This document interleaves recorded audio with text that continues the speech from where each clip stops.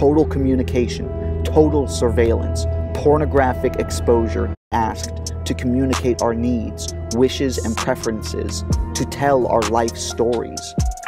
Total communication, total surveillance, pornographic exposure, and panoptic surveillance coincide.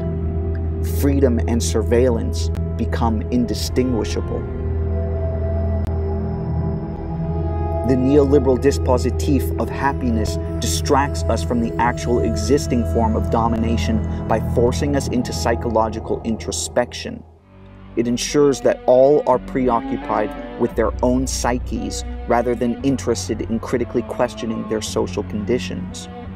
The suffering society creates is privatized and psychologized. What must be fixed, some would have us believe, are not social but psychological conditions.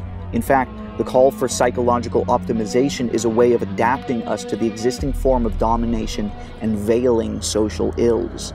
Thus, positive psychology marks the end of revolution. Instead of revolutionaries, we have motivational speakers who come on the scene in order to ensure that no anger or even discontent arises.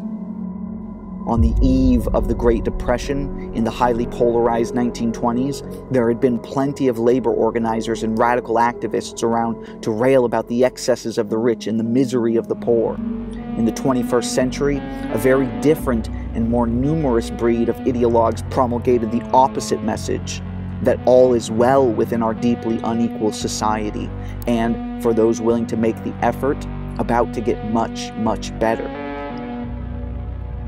The motivators and other purveyors of positive thinking had good news for people facing economic ruin from the constant churning of the job market. Embrace change, no matter how terrifying. Grasp it as an opportunity. In our absolute determination